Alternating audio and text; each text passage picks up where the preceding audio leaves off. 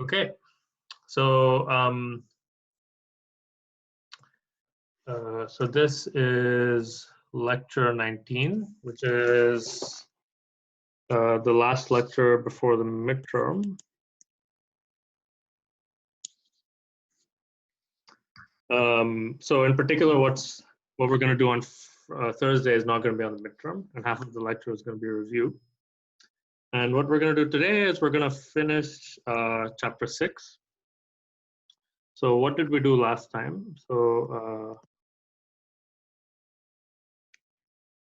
so last time we defined this notion of dot product, which led to a notion of distance, the norm, but perhaps even more importantly, led to a notion of things being orthogonal, or orthogonality. And then we talked a lot about orthogonal sets of vectors, which we discovered as a strengthening of being stronger than just being a linearly independent set. And we also defined the orthogonal complement of a subspace, which was, given a subspace, a way to get another subspace. And the main theorems that we covered were, there were two theorems. So one is something that I'm going to call the decomposition theorem,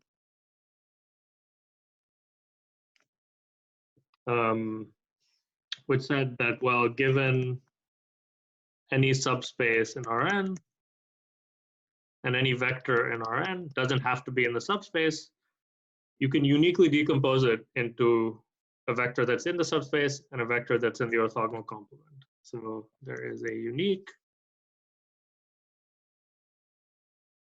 decomposition of y into two vectors. One of them is going to be the projection onto w of y, and the other is the projection onto the orthogonal complement of w of y. And so in the previous lecture, these were, this was referred to, so this is in w, and this was referred to in the previous lecture as y hat. And in the previous lecture, I think this was referred to initially as z. And the z vector is in the orthogonal complement w perp. So we defined what this is. We proved that this always exists, and we even derived a formula for it.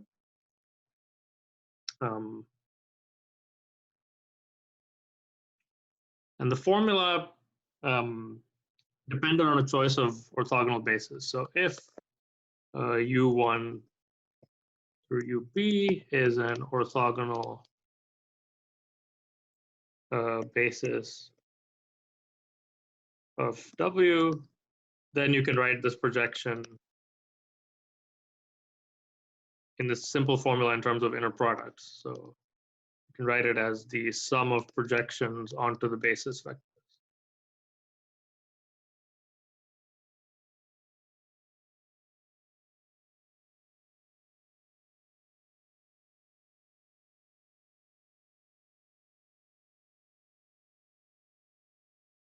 Okay.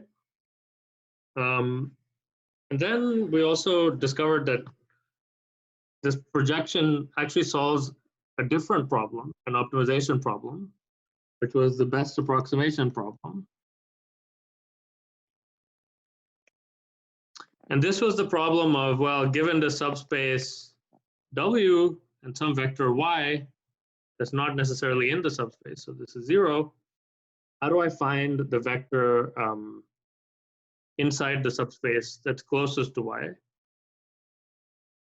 That was my y hat. And the main thing we discovered is that, well, by some trigonometric reason, this y hat has a property that the difference between y and y hat is always orthogonal to w. And so we actually discovered that this projection, the same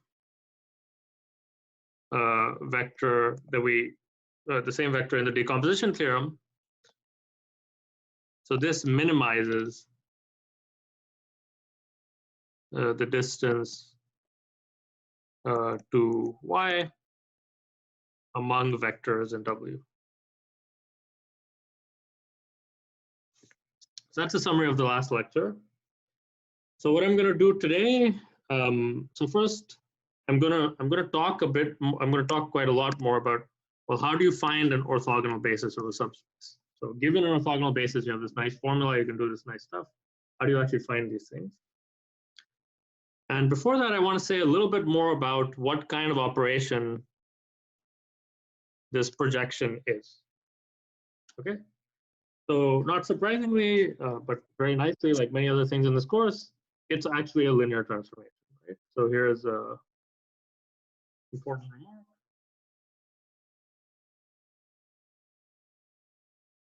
If you fix some subspace W, then you can view this projection W as a function from Rn, right? So W is subspace of Rn. And it follows from the formula on the previous slide. So just this formula in terms of these dot products, you can easily check that this is a linear transformation.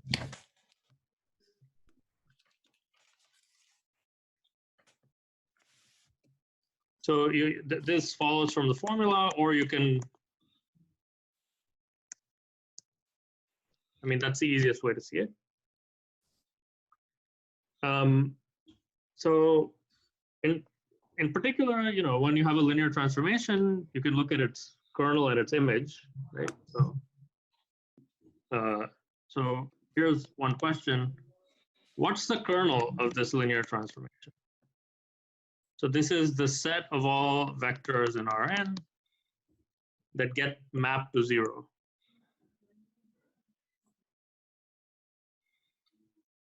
Anybody have a thought about what the kernel of this linear transformation is? Yes. Yeah. Perpendicular. The perpendicular. Yep, the orthogonal complement. This is precisely the definition of the orthogonal complement, right? So a vector has projection 0 onto W. Well, what does that mean? I mean, by the unique decomposition theorem, so let's go back to this decomposition theorem. Well, if the vector has if the projection onto W is 0, then the vector is equal to its projection onto W perp, right? This means Z is equal to projection onto W perp of Z, which is another way of saying that Z just lies inside W perp. Right? So actually, the kernel of a projection, of an orthogonal projection is just the orthogonal subspace. And by the reasoning that we just did, what's the image of an orthogonal projection? The image of the orthogonal projection is going to be the subspace. It's going to be just the subspace W itself, yeah. So this is, okay, I won't rewrite the definition of image. The image of this projection is just W itself. And why is that? Well, I mean, you can sort of see that because, I mean, for example, if you take any vector, let's say B in W, then its projection, then it's the projection of some vector, namely itself. Right? So therefore, every vector in W is in the image of this projection because it doesn't change under the projection. So the image and kernel of these projection projection transformations have a nice meaning. They're just the subspaces and the subspace and the orthogonal complement. In particular, this actually implies something nice about the dimensions of the subspace and the orthogonal complement. So by the rank nullity theorem, this implies that the dimension of W plus the dimension of its orthogonal complement is actually just equal to n, because the dimension of the kernel plus the dimension of the image is equal to the dimension of the domain, which is Rn. So, viewing this projection as a linear transformation gives us some nice, well, gives us some more interesting facts about the dimensions of these subspaces. Okay, so this is a very interesting class of linear transformations. Here's a here's another interesting question. Or here's another interesting, I'll just write it as a fact. Or maybe another remark to connect it to what we did with eigenvalues and eigenvectors. Well, if you have a vector that's in W, then its projection onto W is just itself, right? So actually that means that every x in W is an eigenvector with what's the eigenvalue?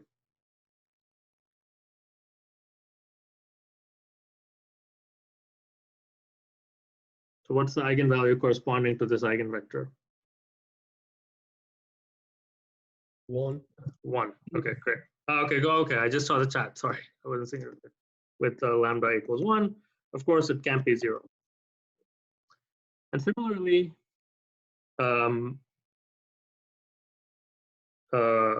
every vector in W perp, well, it gets mapped to 0. So that's an eigenvector as well, but with eigenvalue 0. Okay. So you can view these orthogonal projections. You can also view this in terms of eigenspaces. You can check that the only eigenvalues are 0 and 1, and the eigenspaces are just W and W perp. Okay, so that's what I want to say about orthogonal projections for now. So I want to move on now to this topic that I wrote in the second red box. How do you find an orthogonal basis? Okay, we've been using them to do all these great things. How do you find them?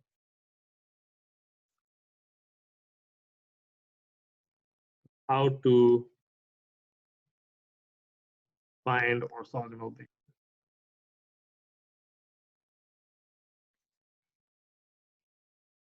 So this is something that's called the Gram-Schmidt procedure. It's in section 6.4. And it's another very important algorithm in linear algebra after row reduction. And I want to motivate this by an example. So let's look at a simple example. So here are two vectors.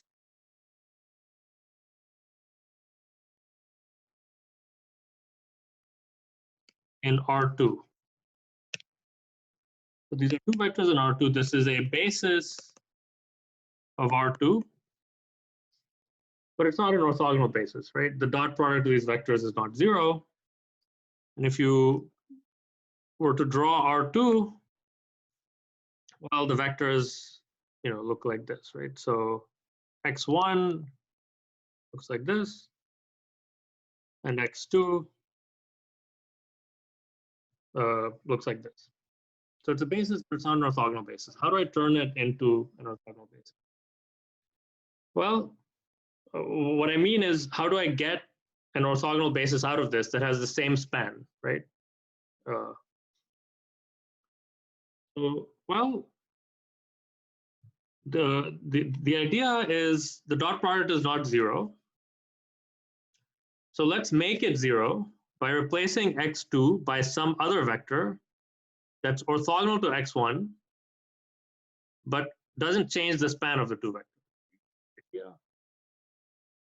Replace x2 by some vector orthogonal to x1, that would make them orthogonal, but without changing the span.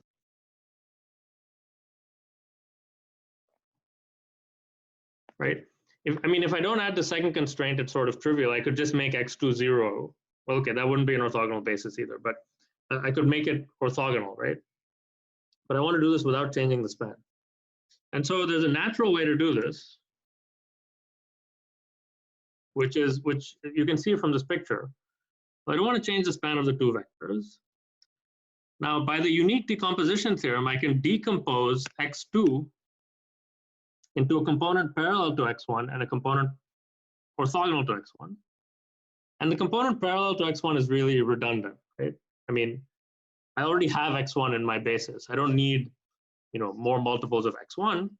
So the natural thing to do is to replace x2 by some new vector that I'm going to call w2, which is the projection orthogonal, or let's write it this way, the projection onto the orthogonal complement of x1 of x2.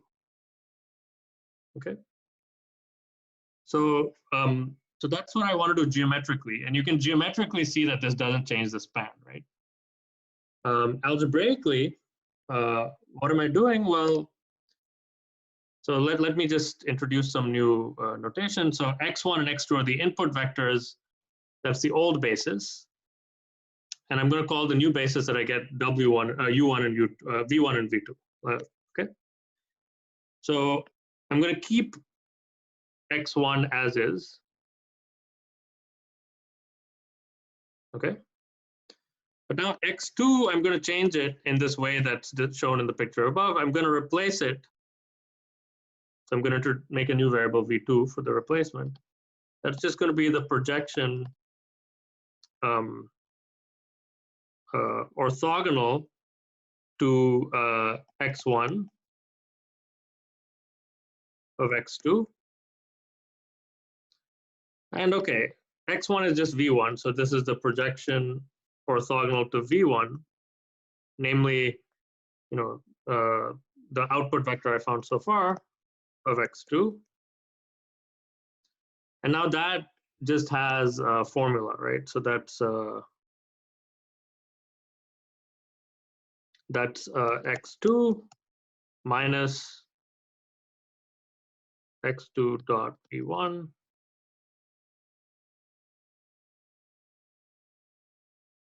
Okay, this is just the formula for finding a projection orthogonal to a vector, like in the decomposition theorem.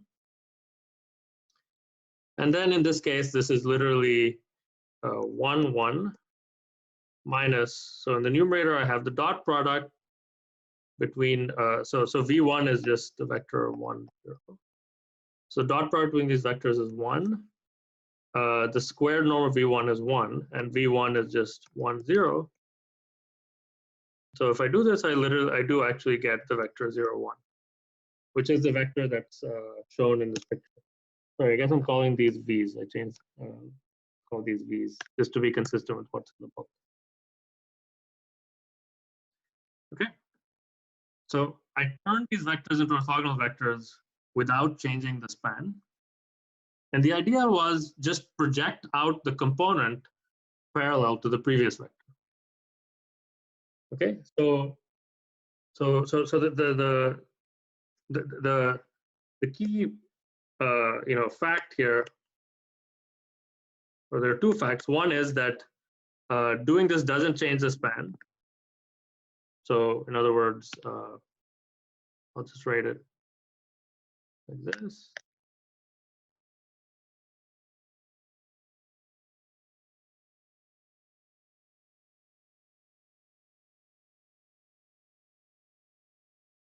And the reason for that is that, well, v2 is literally x2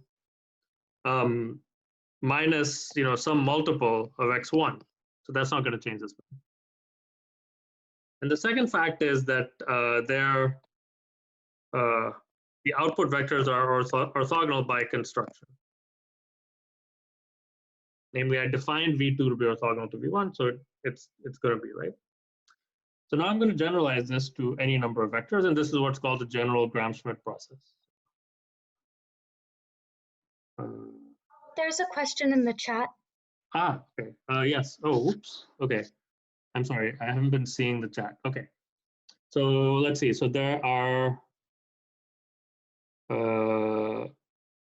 how come, the first question is, how come z, where z equals y minus y hat is always perpendicular to w, where y hat lies? Okay, so this is a question from 2 slides ago.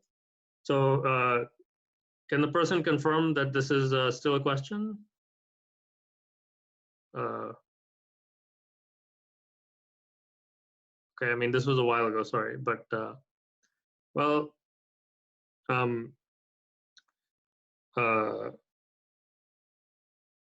so the definition of being perpendicular to w is just that z dot w equals 0 for every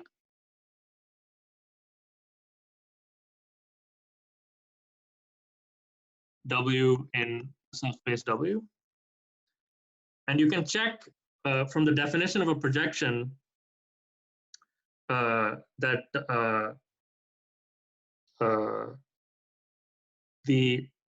that y dot W equals y hat dot W for every W in W. So then if you, what that means is by the decomposition theorem, the other term in the decomposition just has to be 0. So that explains why Z is in W perp. Does that answer the question? Oh, okay. Somebody answered it on chat as well. That's a different, there are multiple answers to this question, but good. There's a geometric answer in the chat as well.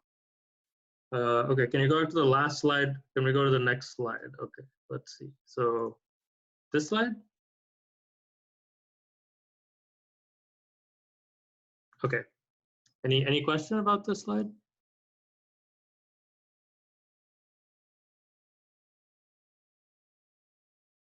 Okay. Okay, so no question about the slide? Okay. So let me continue now. Okay, so this is the next slide.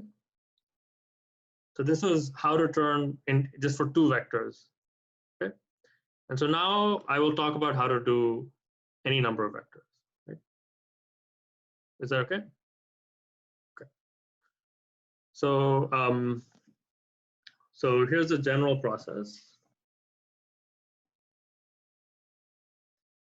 So this is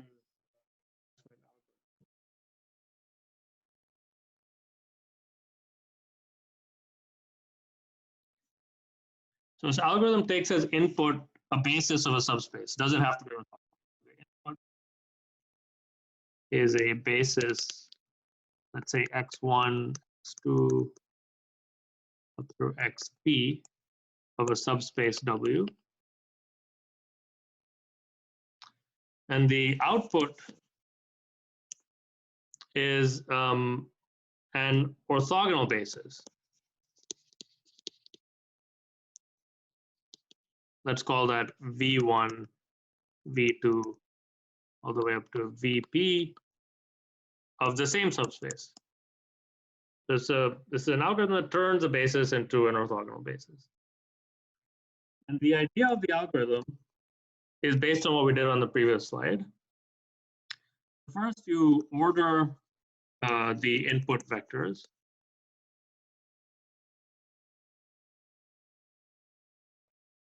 So I'm going to fix some particular ordering. And now I'm going to, I observed that if they weren't orthogonal, there was some redundancy. Every vector, had some component in the span of the previous ones and some component orthogonal to the span of the previous one. So the idea is to eliminate this redundancy by just keeping the component of every vector orthogonal to the span of the previous one. So replace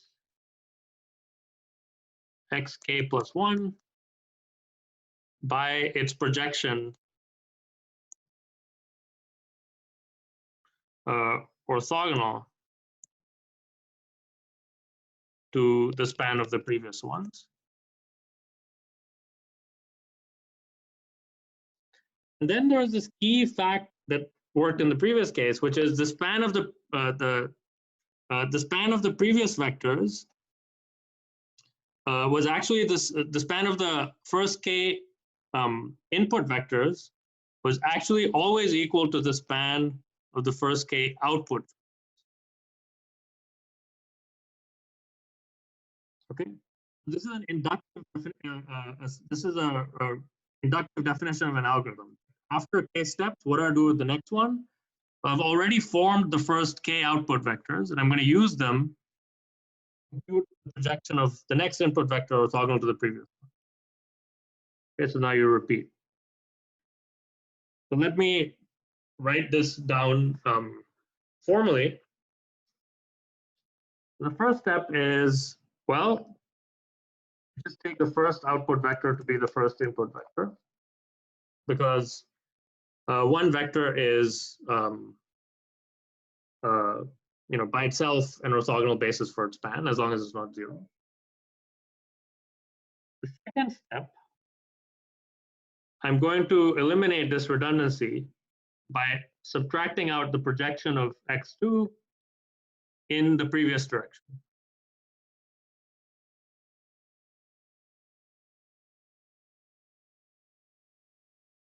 Okay, so conceptually, this is x2 minus the projection onto the span of v1 of x2, which is going to be the same as x2 minus the projection onto the span of x1 of x2. So you're eliminating this redundancy.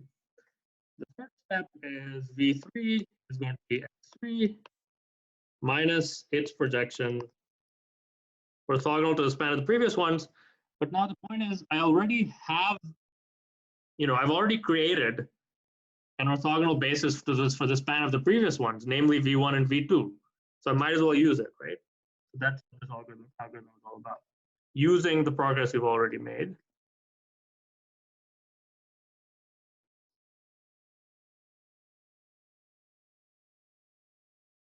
Sorry, this is v2.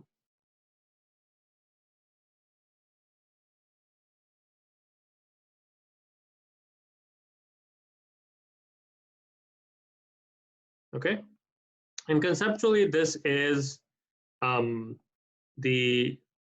just x3 minus the projection onto the span of x1 and x2 of x3. So conceptually, what it's doing is very simple. The neat trick is that I get to use the formulas with the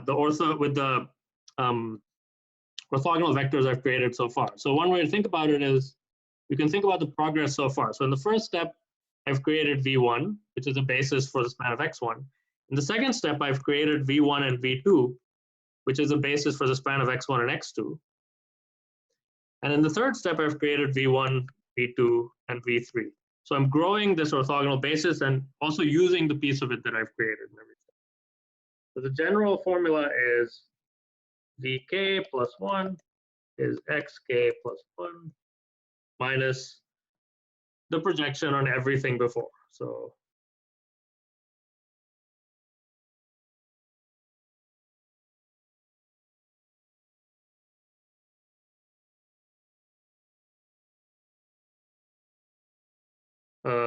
okay, I guess, okay, just to be consistent, I'll write it in the same order. So I'll start with v1.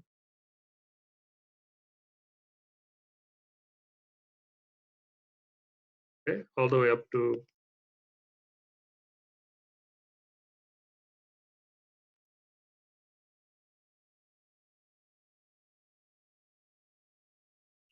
okay, so maybe this will, so any questions about the statement? I'm going to run this on a numerical example in a moment, but any questions about the statement?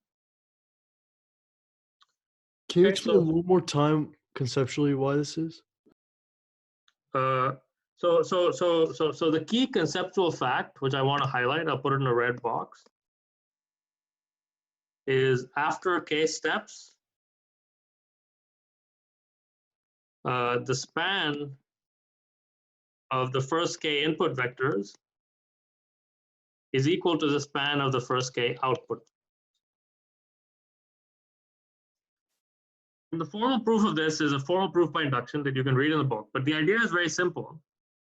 Geometrically, I'm just for every vector on my basis, I'm just throwing away the stuff that's in the span of the previous vectors. Now, if I maintain this, this red box throughout the process, which I do, that's the key property that's maintained, then I get to use the formula with the previous VKs. And that's what,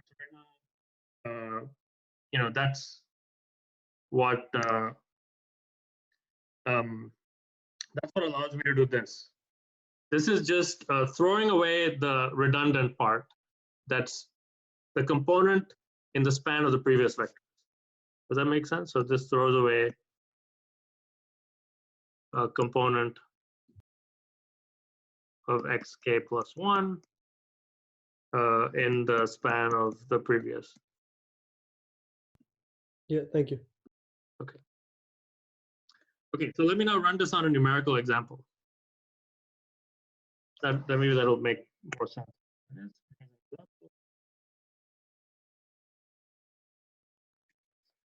So let's see, what's the example? Yeah. So here are 3 vectors.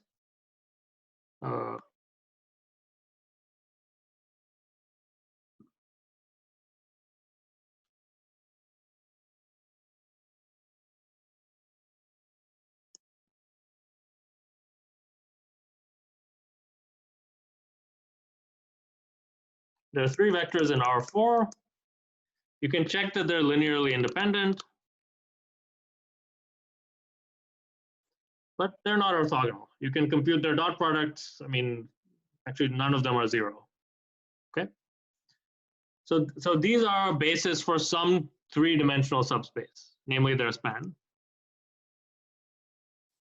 But now, so these are a basis for their span.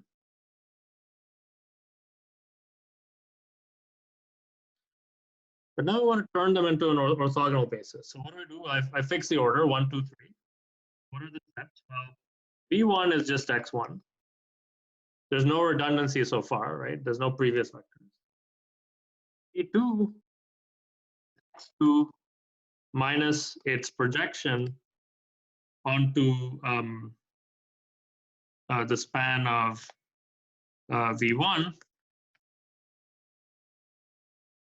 which now I'm going to concretely write this down. So 1, 1, 0, 0. Sorry, that should be a 0. Minus, okay, so V1 is just this vector. And the formula is that it's going to be x2. Well, let me just write the actual vectors down. So x2, which is 1, 1, 0, 0, dot V1, which is 1, 0, 0, 0, divided by norm squared of V1, which let me just compute it here. That's just 1, because it's 1 squared, times V1. So if I actually calculate this out, what do I get? Well, I get that this is 1, 1, 0, 0, minus, so this dot part is just 1, so minus 1, 0, 0, 0, which is just a vector 0, 1, 0, 0. Okay. Now I have this new vector. It's orthogonal to the previous one by construction, because it's the projection orthogonal to the span of the previous one. But importantly, how did I get this vector? Well, I just modified it by subtracting a linear multiple of V1, so the span doesn't change, right? This is the key property I wanted to emphasize, so let me write it right here.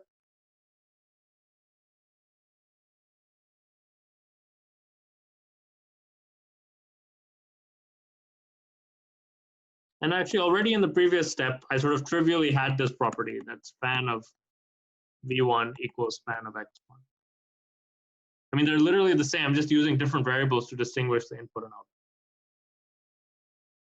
Okay, now the third step is a little more interesting. So V3 is X3 minus its projection orthogonal to the previous ones. Okay, let me just start writing the algebra here. So X3 is a vector 1, 0, 3, 4. And now, okay, I subtract out its component along V1.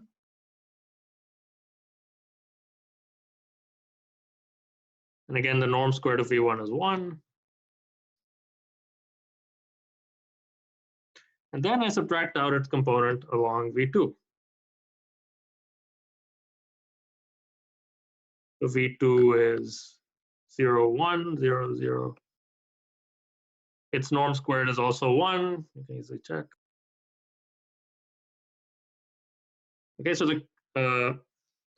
and okay, if you work this out, you get that this is 1034.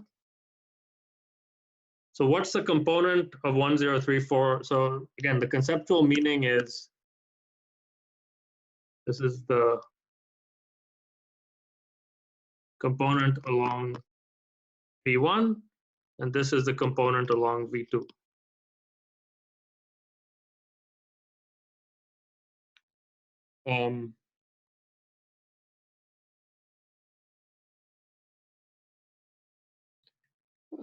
Yeah, so there's a question which I'll answer in a moment. Okay, so when you do this algebra, you get that this is 1034 minus, so the first dot product is just 1, so minus 1000. And now what's the component of x3 along V2? Well, it's actually 0, because the dot product between 1034 and 0100 is 0. This is just 0. And now you get 0034. So that's V3.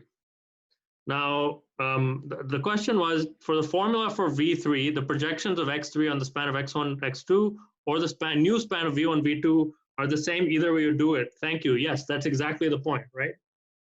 So the point is that here, I'm actually subtracting out components along V1 and V2, right? Now, I argued that if I subtract out the projection along the span of x1 and x2, that won't change the span of the whole set. But here I'm actually using V1 and V2. And the reason I can do that is because of this key fact. I can switch between x1 and x2 and V1, V2. V1, V2 is better because they're already orthogonal. I get to use these nice formulas for, oh, I'm sorry. Okay, so somebody tried to clarify this, and the clarification is not actually the correct answer. Okay, so I'm not claiming V2 is a scalar multiple of x2. It's not, right? Just look at the formula for V2. V2 is the projection of x2 orthogonal to x1.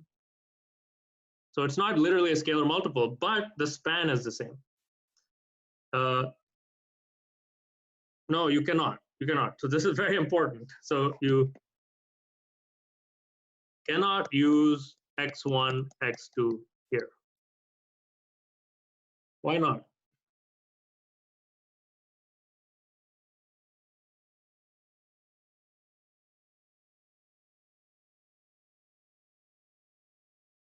Not orthogonal, exactly. This formula for finding an orthogonal projection only works when you have an orthogonal basis. V1 and V2 are orthogonal, x1 and x2 are not. So you cannot use x1 and x2 here because they're not orthogonal. This is the main sort of source of confusion in the Gram-Schmidt algorithm, is that when you're computing a projection of one of the x vectors orthogonal to the previous ones, you have to use the corresponding v vectors because those are orthogonal, and this formula for orthogonal projection only works for orthogonal vectors. Does that make sense? Any other question?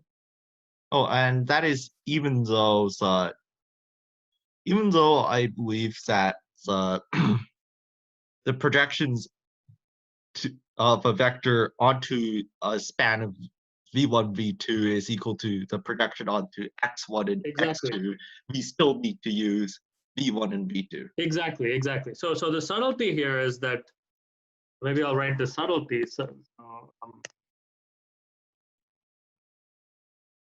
The subtlety is that the projection of V3 onto the span of, let's say, x1 and x2, which is the thing you want to remove, is actually equal to the projection onto the span of V1 and V2 of V3. That's because this is the key property we're maintaining. The difference is this is literally equal to V3 minus, I'm sorry, this is x3. Oops. I mean, what I wrote was true, but the relevant thing is x3. The point is, this is literally equal to x3 minus, these dot products.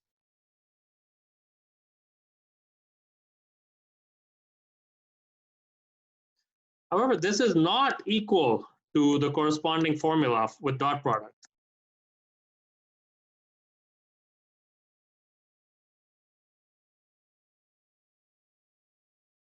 Okay, because they're not orthogonal. So even though the spans are the same, the formula only works when you use the orthogonal basis. Okay, does that make sense? Okay. Next, the Gram-Schmidt procedure, and I want to add one warning, which is do not change the order in the middle of the process.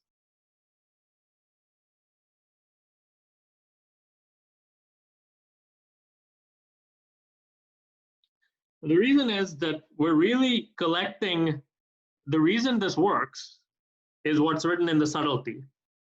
And that fact is really a statement about the spans of the first vector, the first two vectors, the first three vectors, the first four vectors.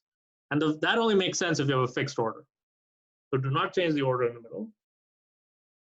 Here's another interesting remark. If you start with a different order, you will actually get a different orthogonal basis.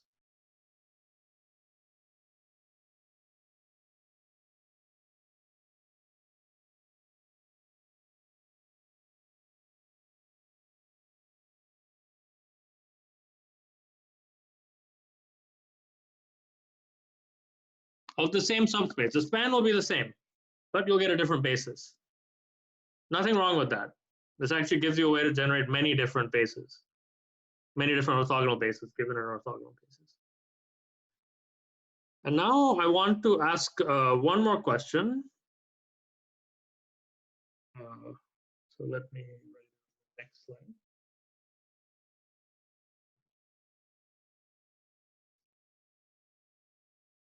Or let me change back to a regular pen. What happens if you run this algorithm on a linearly dependent set?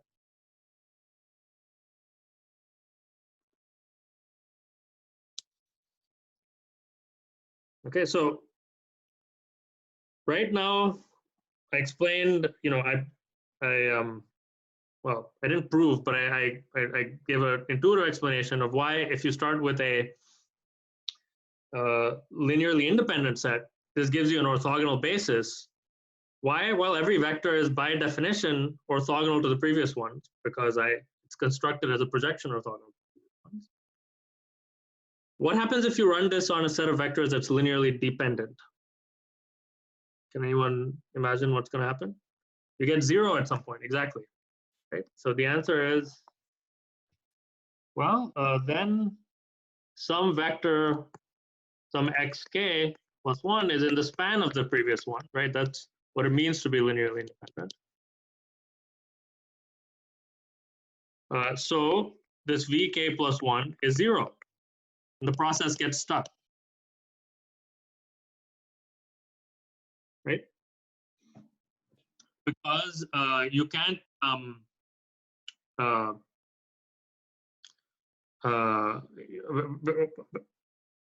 well, in particular, you can't compute a projection orthogonal to the 0 vector, right? These formulas don't make sense anymore. Okay, and somebody has commented that if you get the 0 vector, you can just ignore it and continue, and you will output the same number of linearly independent vectors. Okay, that's actually correct. That's more of a subtlety. Let me put 2 remarks. Yeah, so if it's a basis, it would always be linearly independent. But the summary is that if the x1 for xk is a basis, then you run Gram-Schmidt, you get some v1 through vk, an orthogonal basis. And then if you want to make it orthonormal, you can just scale by the norms to get an orthonormal basis. And if they're linearly dependent,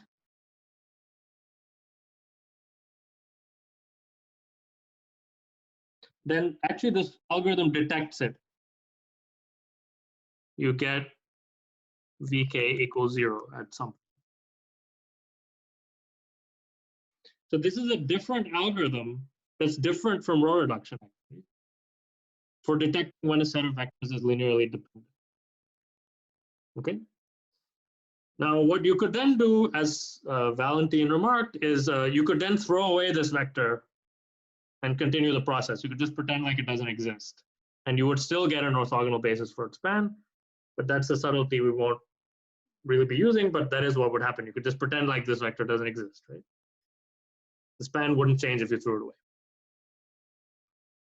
Okay, so any questions? Isn't it VI equals 0 at some point? Oh, I'm sorry. Yes. Sorry, you're right. So I'm using K. So I was using P for the total number of variables. So let's just use P again. So if you have linearly dependent vectors, then some vector somewhere in the middle, doesn't have to be the last one, will be 0. You're right. It should be VI, or in this, I'm using VK. P was a total number of vectors. Could you give a quick recap on this? I didn't understand the last part. So the last part is, suppose you try to run this algorithm on a linearly dependent set. Right? So, for example, you know, okay, I'll just draw a picture here. Suppose you have, I don't know, 3 vectors in this subspace, right? Well, what you're gonna end up doing is, I'm gonna do this in red. The Gram-Schmidt process is going to, so let's say this is x1, okay, that's gonna stay as it is. x2 is gonna become some orthogonal vector in the subspace, same, right? But so let's say that was x2, but now this blue vector x3, well, when you try to compute v3, which is the projection orthogonal to the previous vectors of x3, you're just going to get 0, because this x3 has no component orthogonal to the previous one. So this is a way of detecting linear dependence, right? Because linear dependence, okay, maybe what the missing piece is, linear dependence means some vector is in the span of the previous ones, right?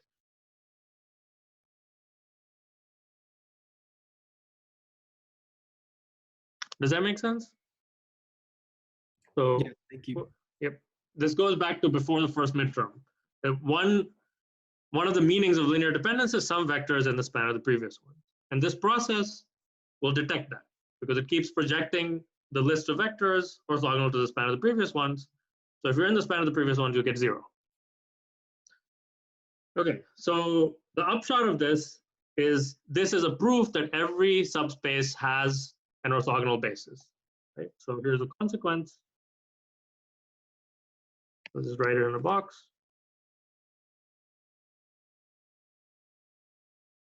Every subspace W of Rn has an orthogonal basis. The reason is just every subspace has a basis. And then given a basis, you can just run this process on that basis and you get an orthogonal basis. But there are actually tons of these. Okay, good. Every non-zero, good. Good. The 0 subspace doesn't even have a basis. Okay, so every non-zero subspace. Thank you. Okay, so that's what I want to say about finding orthogonal bases. Now I want to switch gears to the second topic of the lecture, which is one of the most useful pieces of linear algebra, which is called least squares.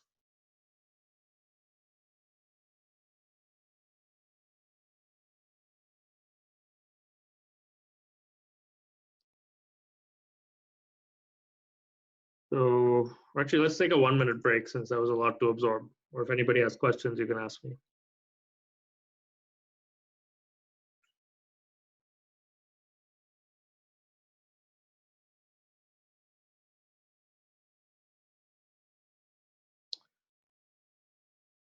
Okay, so least squares. So this is the subject of chapter 6.5. Why can't we change order in the middle of the process? Well, the reason is, so I didn't do a formal proof of why this process works, but the key fact that enables a proof is what's written in the star here. And if you change the order, this will no longer be true in general.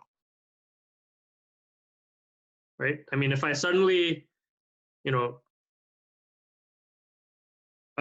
you can change the orders of the ones you have not computed yet, yes. But, that's kind of, you could have just changed them in the beginning then, right? Because if you haven't computed them yet, or you haven't done anything with them yet. So that's the same as changing them at the beginning. So the question was, can you change the order of the vectors you have not computed yet? And the answer is, sure, you can. But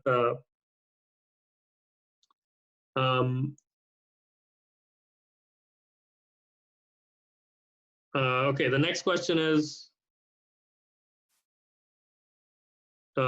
no, you would not want to change the order. I'm just warning you. The next question is, why would you want to change the order? You would not, but don't change the order because this doesn't work if you change the order. Another question is, I said you can throw away the 0 vector for a dependent set and take the rest of the vectors as their orthogonal basis. Well, what I meant by that is, if you find a 0, that means that that vector is in the span of the previous one. Now, what you could do is, you could stop the process, just delete that vector, imagine that it didn't exist. And now your new trimmed set of vectors has the same span. Now, if you rerun the process, you'll get the same VIs up till that point. Then you can just continue. Okay? So that's what I meant by, if you have a 0 vector, you can throw it away and restart the process, which is the same as continuing the process. You haven't looked at the future vector yet. Okay. So, and yeah, you would not want to change the order. Just there's no reason to want to do it. So don't do it. Okay. So the least squares. So how do I motivate this? So far, so this is a new perspective on solving linear equations. Go the very first thing that we did. So far, what we did is that if we're given a linear system AX equals B, so A is some m by n matrix, then so far we said, well, either B is in the column space of A, in which case the system is consistent, or B is not in the column space of A, in which case it's inconsistent. We had a very black or white view of linear systems. Either they have a solution or they don't. But often in real life, when you have like these vectors come from some data, which I'll show you an example of later in real life,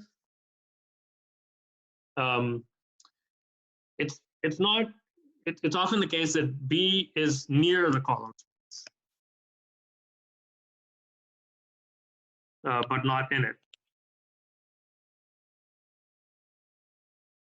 So now what we would like to do is be able to somehow discuss these approximate solutions. What if I have a linear system that's not consistent, but the right-hand side is close to the column space of A? Or can I find the X which makes the linear system close as possible to being solved? This is the notion of a least squares solution. So given a linear system, or maybe I'll write it like this. A least squares solution of a linear system AX equals B is a vector X hat, which is going to be an Rn for an m by n matrix A, which minimizes the error.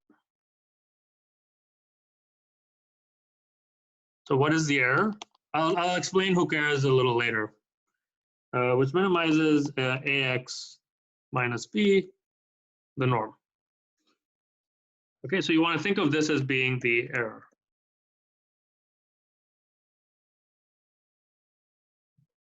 Among, sorry, ax hat minus b, among all vectors x hat. What does that mean? What that means is that ax hat minus b is smaller than, let's say, than ax minus b for every x in Rn, less than or equal to. Doesn't have to be strictly smaller, but you cannot make the error any smaller. So this is called the least squares error. Often, I mean, the reason is if you square this, you get a sum of squares.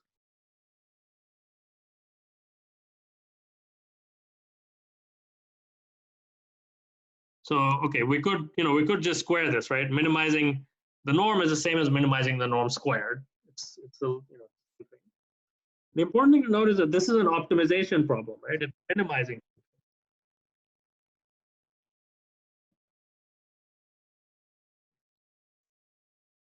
And so you're no longer in the situation where like, well, does this have a solution or doesn't it? The answer is, well, we'll prove in a moment that it always has a solution. There's always some x hat that minimizes this.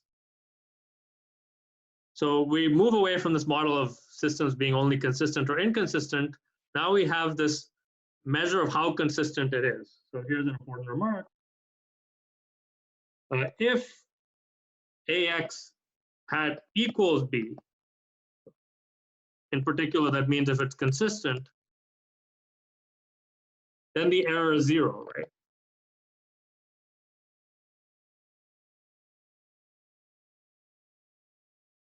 So for a consistent linear system, the least squares error is 0. So it includes as a special case what we did earlier. If it's inconsistent, the error will be positive, right?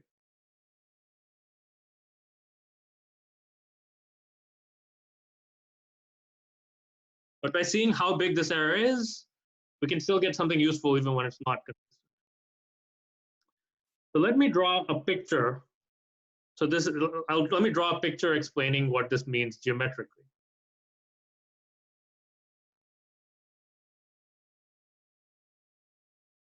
Okay, so somebody raised their hand. Yeah, you can speak. You can unmute and speak. Slide is just a bit confused. If ax equals b, how does b not exist in the column space of A?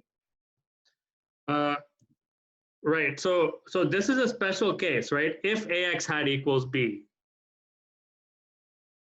right? But the point is, what's written over here, this makes sense even when b is not in the column space of A. So what I'm saying is the solution of the linear system ax equals b, but ax does not equal b, right? So I'm just viewing ax equals b as being a system. Or for the so far part, given ax equals b. Oh, okay. Yeah. So I see. Okay. So given a linear system. So what I mean by given, I mean you're given this equation. You're not actually given an x. Oh, okay. Like I give you a system ax equals b and say find x. Well, either it's consistent or not, right? Does that make sense? Okay. So this will become a little clearer. Sure. Actually, let me draw the picture. I think the picture will help you. Somebody asked, can I go through it again? They're struggling to understand. Let me draw a picture. So here's the picture that goes with this. The picture is actually better than the definition.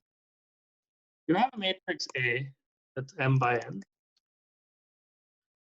and it has a column space which lives in Rm. Now, suppose I give you some vector b that's not necessarily in the column space, but it's in Rm, right? What is least squares asking? Well, what do things in the column space look like? So vectors in the column, vectors that are actually inside the column space. Well, what does it mean to be in the column space? It means you're equal to a x hat for some x hat, right? So this vector must look like a x hat. And so really what's going on here is that there's actually two spaces. There's Rn over here. And in here, there's some, in here, there are various possible x hats. And they're getting mapped by A into the column space, right? That's what the column space is. The column space is a set of all ax hat such that x hat is in Rn. That's a definition of the column space. And so what is least squares asking? Well, it's asking, I want to find the x hat that's closest to B. So I discussed that earlier. That means I want to find the x hat that minimizes this distance. This distance is B minus ax hat, right? And so what least squares is asking is I want to find the x hat in Rn, which minimizes the length of the dotted vector. So does that explain what least? So now let's go back to the definition. That's what this says, right? The least square solution of the linear system Ax equals B. So this is a linear system. I'm not claiming Ax equals B. I'm just giving you that linear system. Is a vector x hat, which minimizes this distance. So in the picture here, that vector is drawn on the left in Rn, and the distance is the dotted line. So you want to, so least squares, you want to find x hat in Rn, minimizing the dotted distance, which is just B minus ax hat. So does that explain a little more what it means? Any questions about this picture? This picture is very important.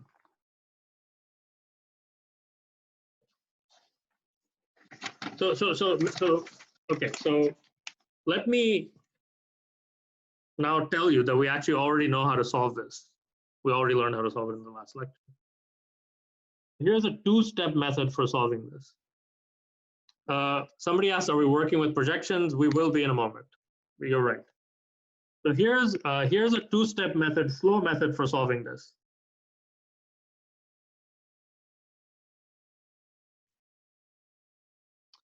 Well, geometrically, what am I doing here? I'm actually looking for the x hat so that ax hat is closest to B, right? But you know, every ax, I can just call ax hat B hat, right? I can just define a new variable B hat. And now what I'm minimizing here is actually just the norm of B minus B hat. I already know how to do that. That's the projection, right? The first step is to first find B hat.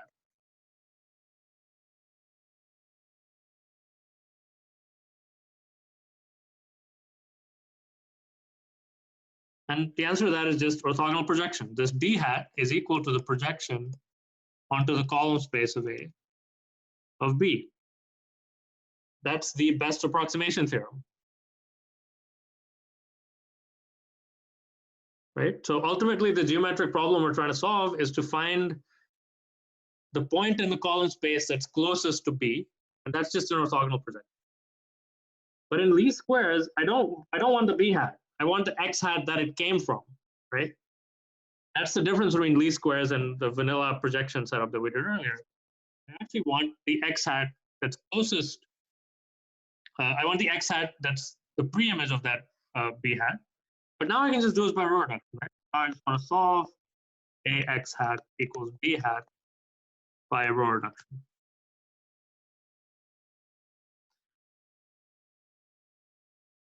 So somebody's question is x hat needs to be a trivial solution. No. So trivial solution means ax hat equals 0, right? Actually, what I'm looking to solve here is ax hat equals B hat, where B hat might not be 0. So it's not a trivial solution. Does that answer your question? Yeah, people can unmute and speak. Okay, sure. Okay, and by the way, so why is the second step consistent? Can anybody explain why the second linear system, ax hat equals b hat, why is that consistent? Oh, this is because, okay. Yeah, exactly. Because b hat is in the column space. Yes. So it's consistent. Yes, and a times x hat is essentially looking at a linear combination of the columns of A. So yeah. Great. Exactly. Follows from the definition of column space. So that's a two-step method. That seems kind of annoying, right? For doing the first step, well, you're going to have to compute the projection. To compute the projection, okay, I'll answer the question in a moment. To compute the projection, you're going to have to do Gram-Schmidt. And then after you do that, you're going to have to do row reduction. So it's a lot of work, right? It turns out there's a one-step method that's actually easier than either of these steps for solving this. So let me explain that now. So the one-step method is based on a key observation, which is simply this. It comes from, again, the best approximation theorem, that what does this optimal b hat have? Well, it has a property that b hat minus b is in the orthogonal complement of the column space. Right? What's the key observation? Well, it's that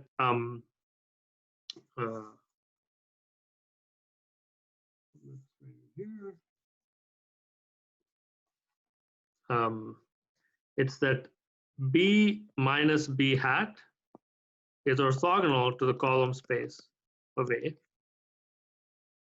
Okay. Well, that's the same thing as saying that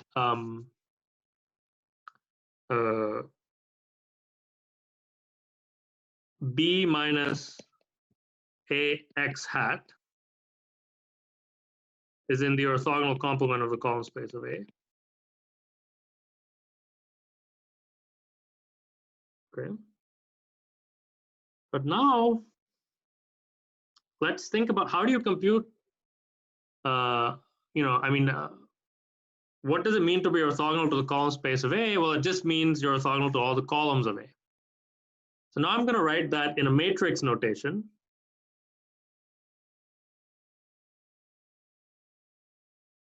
So this is true if and only if. I'm going to write it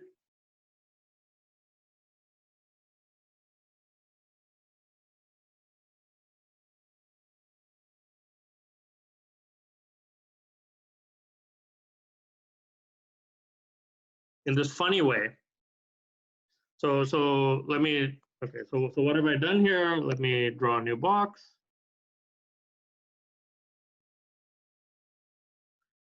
I really said, well, A has columns A1 to AN.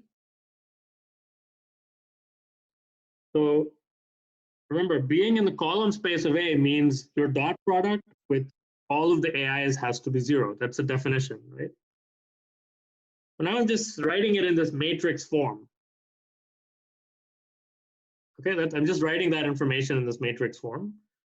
And this goes back to the previous lecture where I use the fact that dot product is just, can be written as multiplying a transpose one vector times the other. Okay. So now,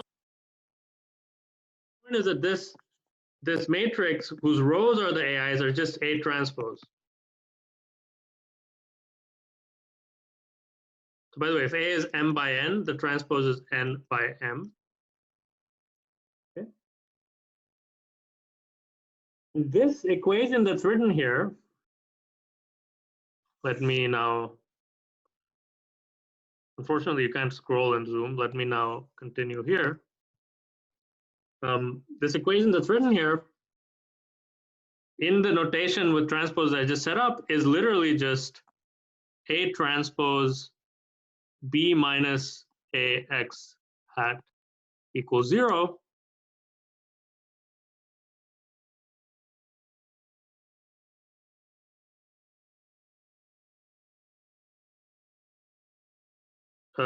No, so the question is, why is A transpose have rows, A1 transpose and so on? Well, the rows of A transpose are the columns of A, but the row vector is corresponding. To return a column vector to a row vector, I need to take its transpose. Does that answer your question?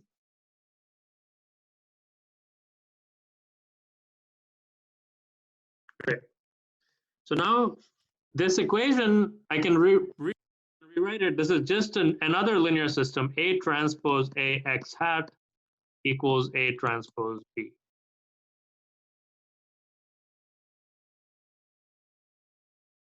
And this is called the normal equations for the least square problem AX equals B. Okay, but all these things are if and only if, right? So actually what I just discovered is I can solve both steps in one shot just by solving one linear system. No need to compute, no need to do row reduction after doing that. The summary is I can solve the least squares problem by solving a single linear system, but it's not a linear system in A. It's a linear system in A transpose A. Okay, and the right hand side is not B, it's A transpose B. So I guess I should put if and only if. That's very important. So any questions about this? One step key observation. Yeah, so the key observation, the first step is, well, remember the reason for the key observation is that the best approximation problem, the minimization, corresponds to an orthogonality condition, as we discussed in the last lecture. The key fact is this orthogonality that's going on here. The original problem is a minimization problem, but I turned it into a orthogonality condition. That's the key observation. I mean, once you have that, then you just write down what this means and you get the normal equation, right? B minus B hat being orthogonal to column space of A means B minus AX hat is in the complement of the column space. Being in the complement of the column space just means being orthogonal to all the columns, which I've written using this transpose notation. That's the key trick. And then I just get the normal equation. Does that answer your question?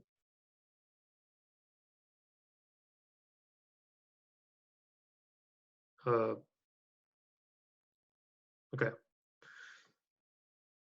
Okay, so yes, you can, somebody raise their hand, please ask. Sorry, so are we not able to somehow equate this in some way to the best approximation theorem? Yeah, this is essentially a consequence of the best approximation theorem. So yeah. So maybe what you're getting at is the reason for the key observation is that the decomposition theorem and the best approximation theorem tell you that the same vector, right, does both things. It characterizes the minimizer in terms of this orthogonality condition. Does that answer your question? Yeah, thank you. Yeah. So really, the fact that the best approximation and orthogonality are the same. That's why from a minimization problem, you literally get equations, namely the normal equation. So let me write this in a summary.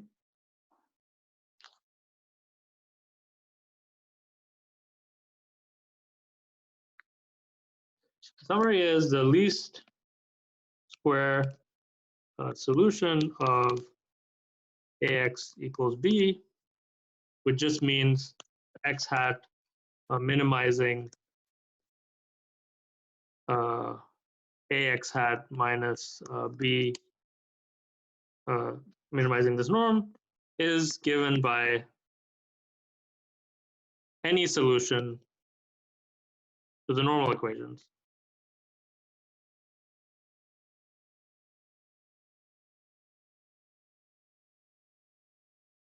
So this is a statement about existence. Okay, and I mean, there is always some minimizer. So one corollary of this is the normal equations are always consistent.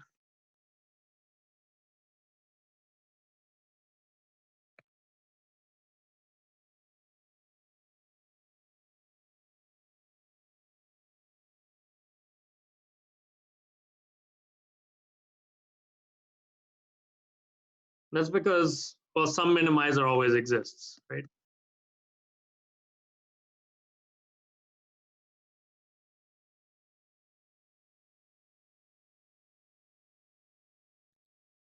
Okay.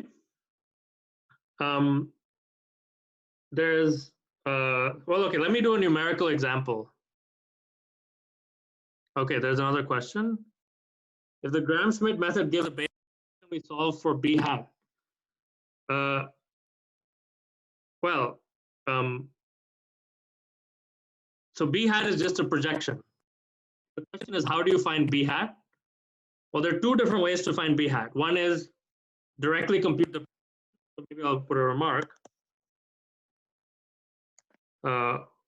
Can use this to find b hat, which is just a times x hat, right? Once you solve the normal equations and get x hat, you can get b hat. We are not, okay, so somebody asking why are we finding b hat? If you wanted to find b hat, you could also use this to find b hat, is what I'm trying to say, if desired. Okay, but many people are now asking about the statistical explanation. So let me get to that, since that's, okay, so maybe I'll just get to the, okay, the lecture might go over by 3 or 4 minutes. Let me just do the statistical application, since that's really the key point. Okay, so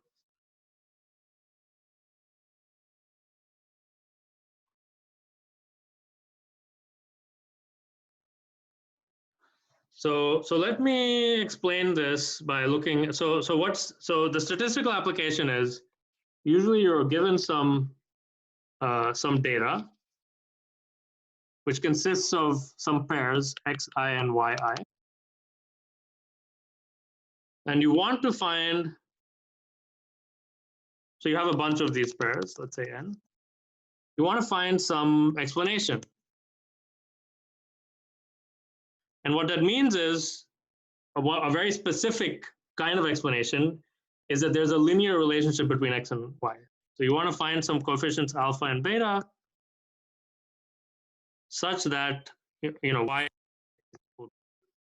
alpha xi plus beta. So let me make this concrete with an example. So let's see. So here's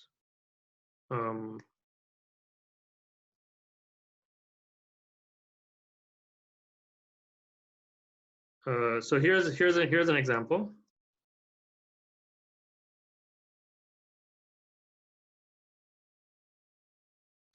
So this is some data of coronavirus cases in the US in the month of March.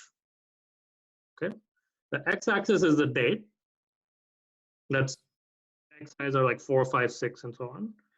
And the y-axis is the log of the number of cases. So, you know, it's not, you can see the spacing on the y-axis is not even. There's 10 to the 2, 10 to the 3, 10 to the 4, etc. If you plot the log base 10 of the number of cases against the date, this is,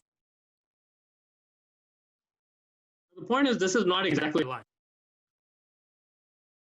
What you could do is you could ask, well, what's the line? It's pretty close to a line. Can I find the line that's closest to fitting this data?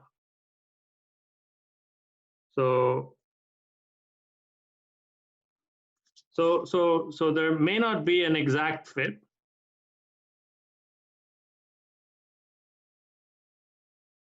So then you do the next best thing. You want to find alpha and beta minimizing a certain notion of error, and the usual one that's used is the mean squared error, which is so summation yi minus alpha xi plus beta squared. So minimizing over choices of alpha and beta. And what does this mean? Well, this is what's this is the predicted yi by the linear model. So it's called a linear model. And this is the actual data. You want to find, you want to find these alpha and beta that are closest to the truth in this particular sense. So the punchline, the connection between this and what we're discussing is that this is a regression problem. So you can write this as a norm, as a squared norm of the following vector.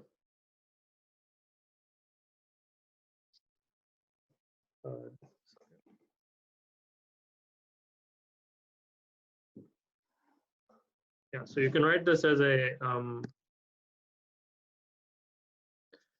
squared norm of the following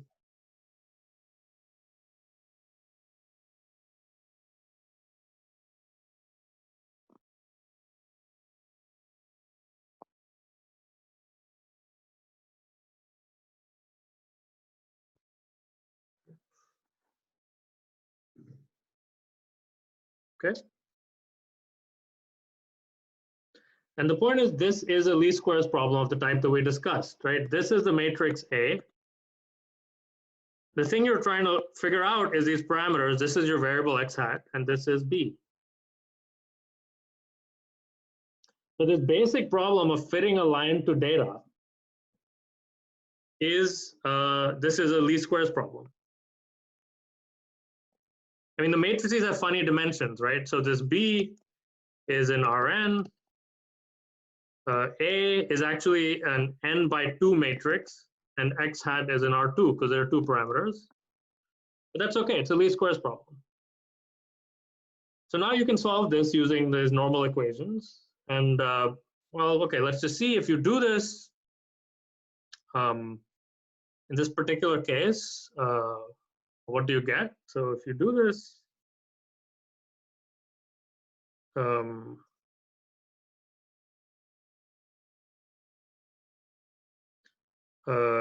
if you actually run this on this particular data, you get this. So that's some line that doesn't exactly fit the data, but it minimizes the sum of squares. And now the point is, so let's say you did this only up to March 22nd, right? So why do statisticians care about this? Well, you do this for data in the past. Let's say you did this on March 22nd, and you get this line. And now you want to use this to predict the future, right? That's the whole point of statistics. So now the interesting thing is, how does this compare to the actual data after March 22nd? And the answer is,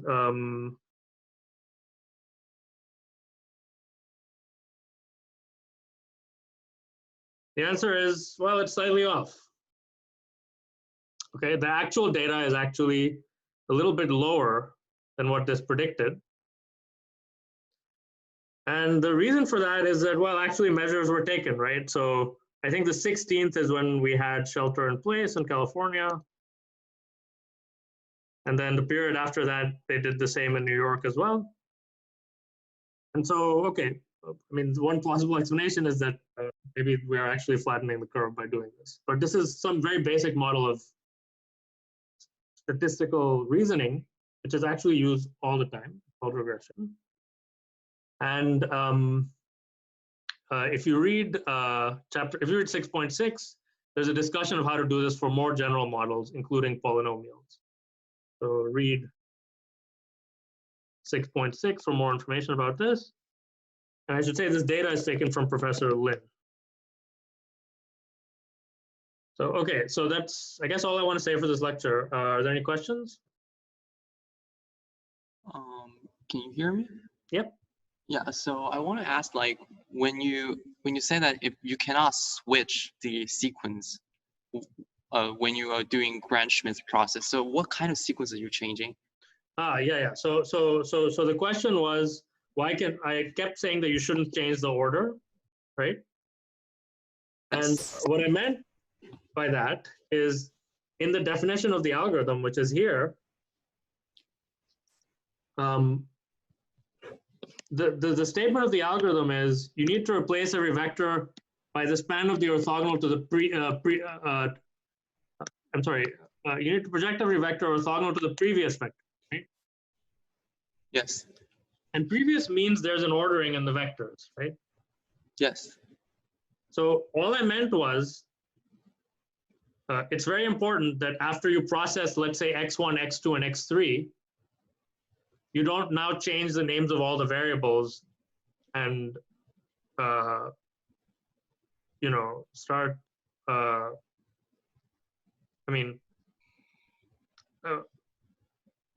yeah, so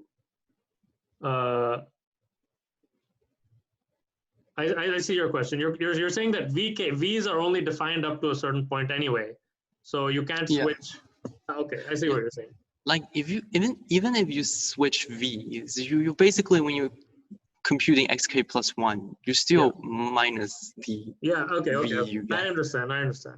Okay, you can switch the order of the previous V's because this formula doesn't care, right? Mm-hmm. You can this formula is just subtracting a bunch of things that are all orthogonal, that are all vectors along different orthogonal components. So you can switch the order of the previous V's. What this is saying is that if you were, there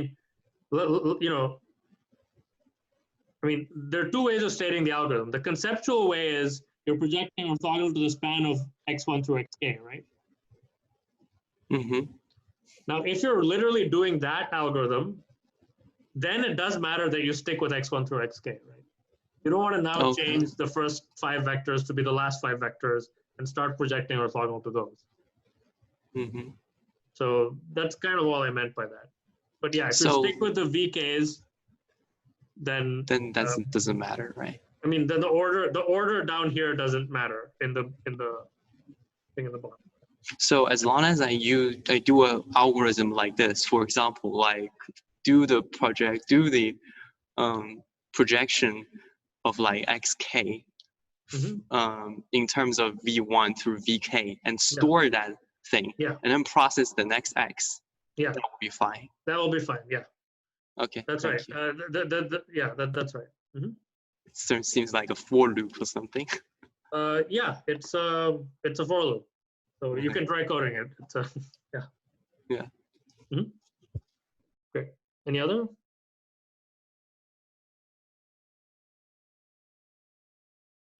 Okay, well, that's the lecture. So in the next lecture, there'll be a review session and a little more stuff, and then we have the exam next Tuesday.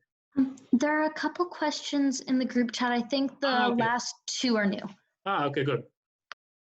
Connection between orthogonal basis and B hat. Connection between orthogonal basis and B hat. Okay. So the connection between orthogonal basis and B hat was done in the last lecture, actually. Let me just write it here.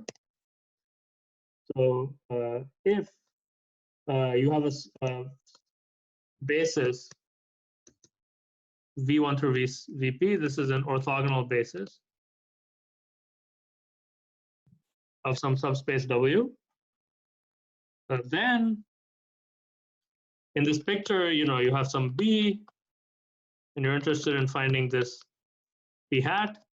Well, then B hat is the projection onto W of B, which has a formula in terms of this orthogonal basis. That's the point. So this is B dot V1 over norm of V1 squared, and V1 plus all the way up to B dot VP times norm of V over norm of VP squared. Does that answer the question? That's the connection between orthogonal basis and V hat. Yes. Is alpha beta a row vector or column vector? Okay, so going back here, it's actually a column vector. right? Because A here is a 2 by n matrix. I'm sorry, n by 2 matrix.